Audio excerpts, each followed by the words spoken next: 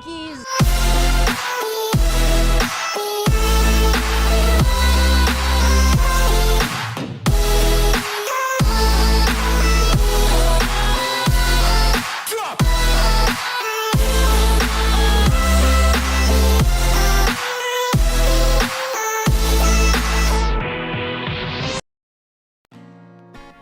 Yo, what is good, everybody?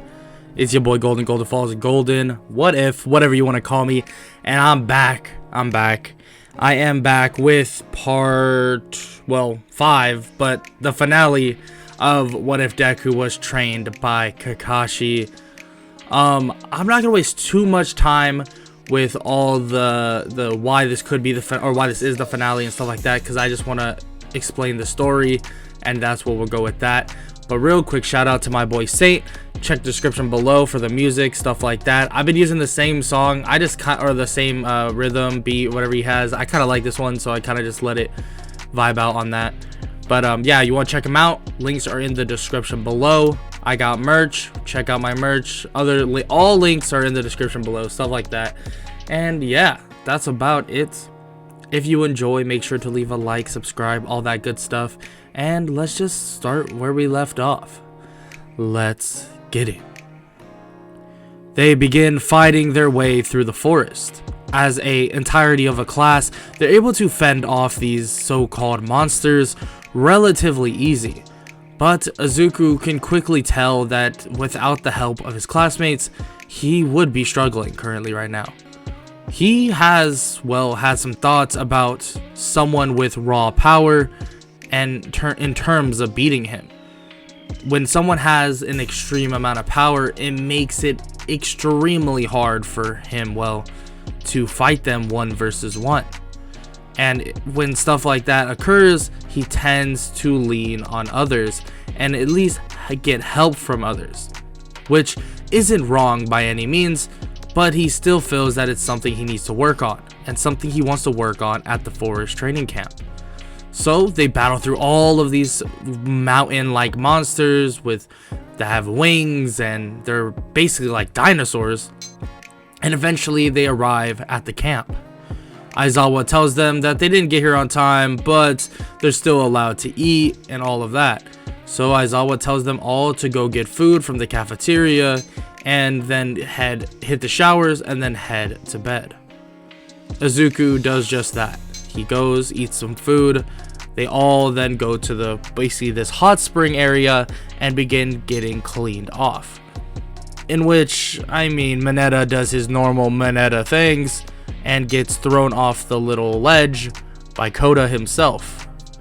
Izuku takes a liking to this kid. He doesn't really know why, but he enjoys the idea that a kid is questioning the job of heroes, questioning why heroes are so important in this society. And he kind of admires that, especially at a young age, where all he personally could think about was becoming a hero, pushing himself to the limits to be one. So it's interesting to see another child, that could have been him when he was younger. But what he doesn't know is that there's a lot deeper backstory to why Kota is this way. He actually asked Mandalay this later on, and she tells him, about Kota's life and how both of his parents were killed in a villain attack.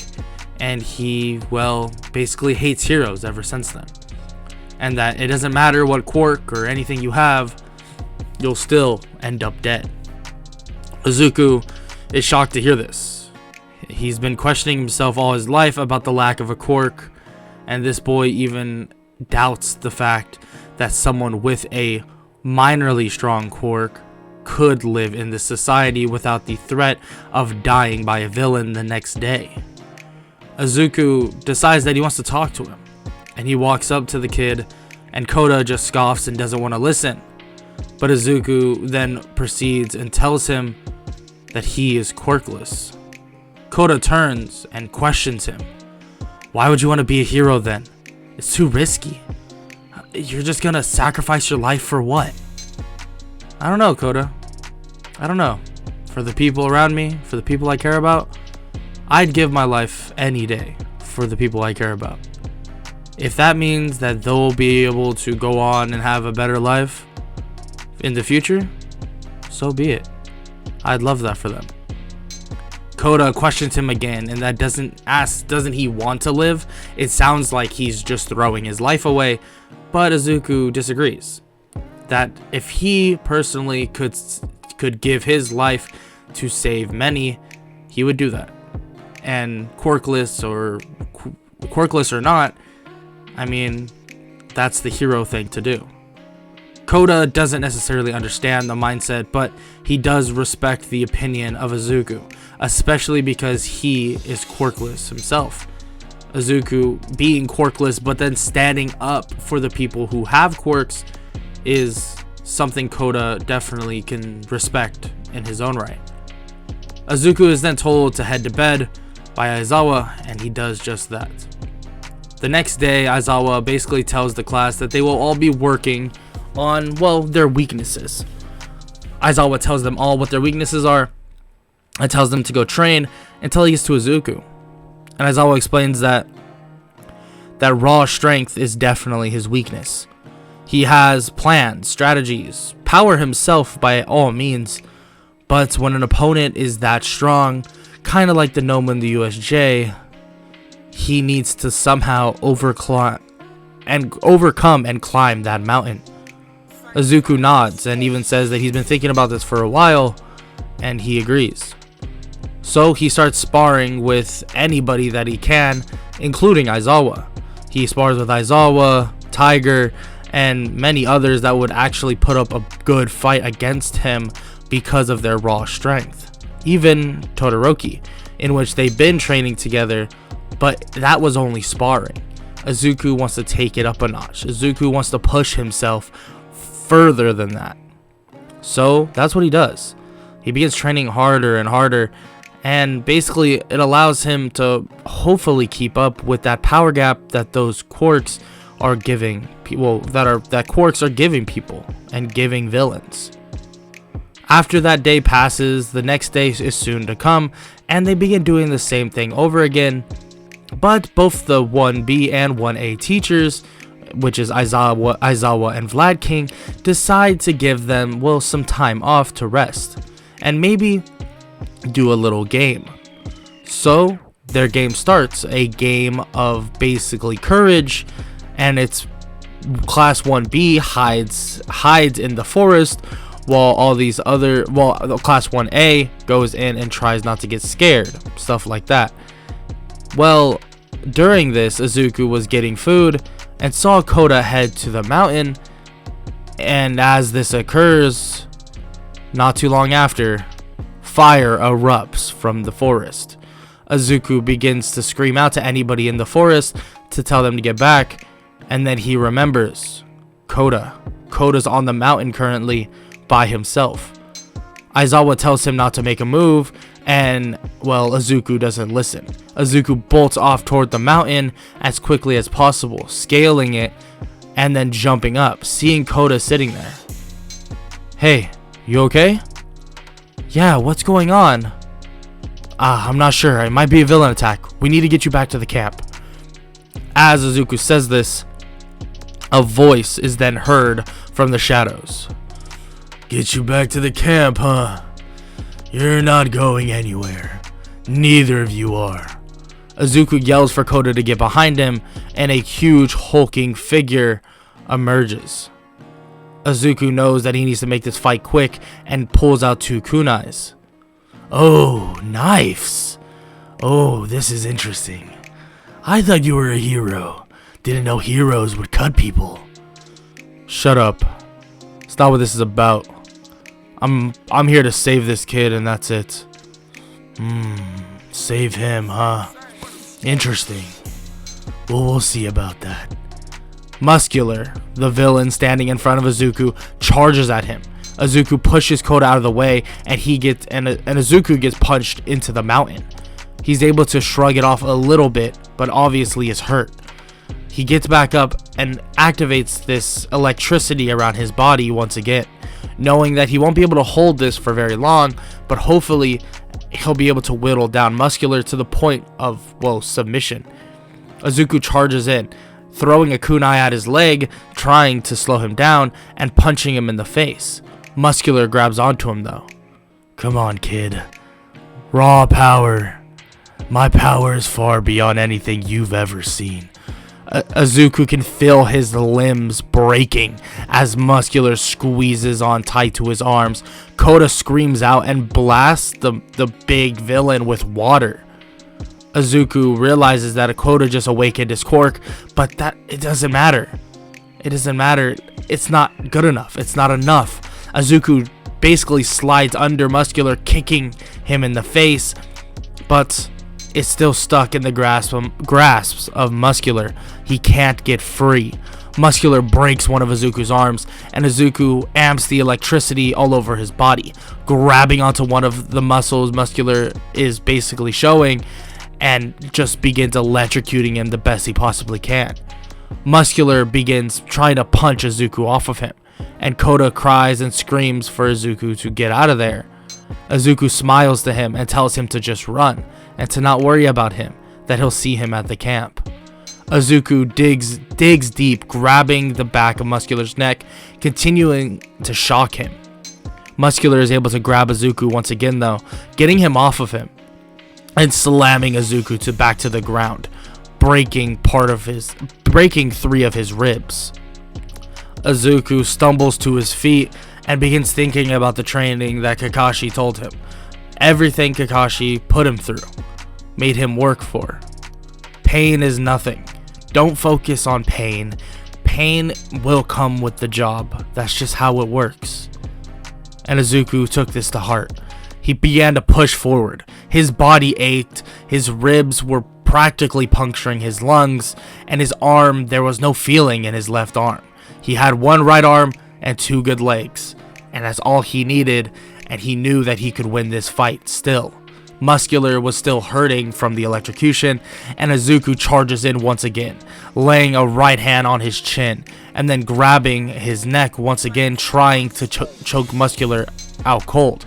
But with one arm gone, he had to switch to his legs, putting Muscular in a chokehold using those legs that he spoke of. He begins choking Muscular, but Muscular grabs onto one of his legs, breaking it as well. And Izuku screams in agony as he summons a Chidori right into his right hand, and he slams it into Muscular's back of his head, and Muscular is knocked out cold. But he lands straight on Izuku, and Izuku is not only completely out of chakra, out of stamina, and well, out of a will to fight. They're both basically double KO'd, and well, Izuku can't feel half of his body. Aizawa eventually stumbles across him and basically begins to freak out, grabbing Muscular and realizing that the villain is out cold. He puts cuffs on him and sees Izuku slowly breathing, labored breathing, not breathing very well by any means, and he picks him up. "Kid, what the hell did you do?" He runs Izuku out of there to the nearest hospital, and he brings him in, and they immediately send him to surgery. But during surgery, they realize something.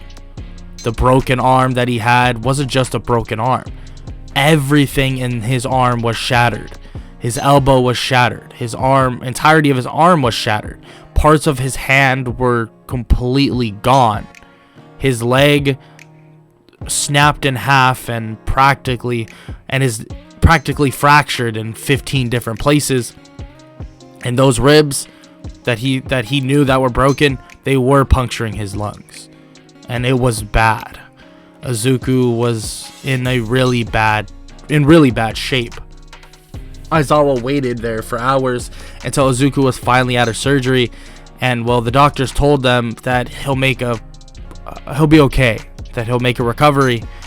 And Aizawa asked the question that nobody wanted to ask.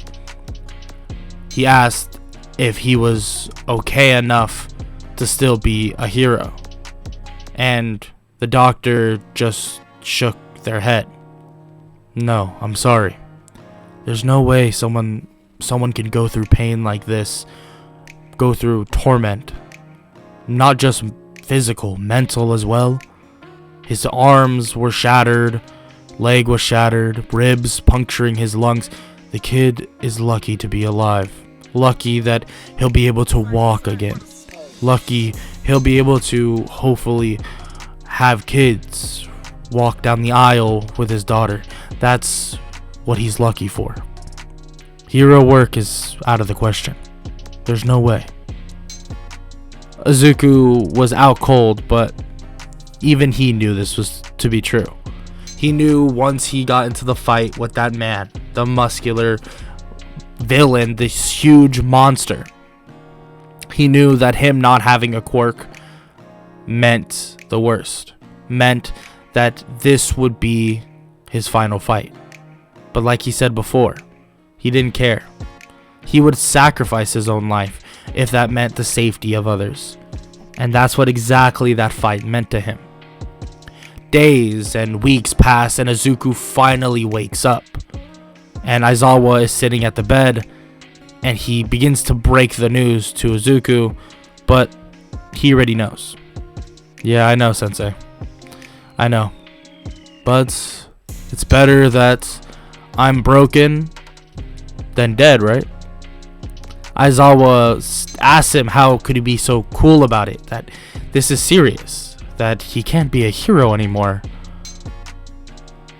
I would rather not be able to be a hero, Aizawa Sensei, than watch as I could have done something and Koda lost his life.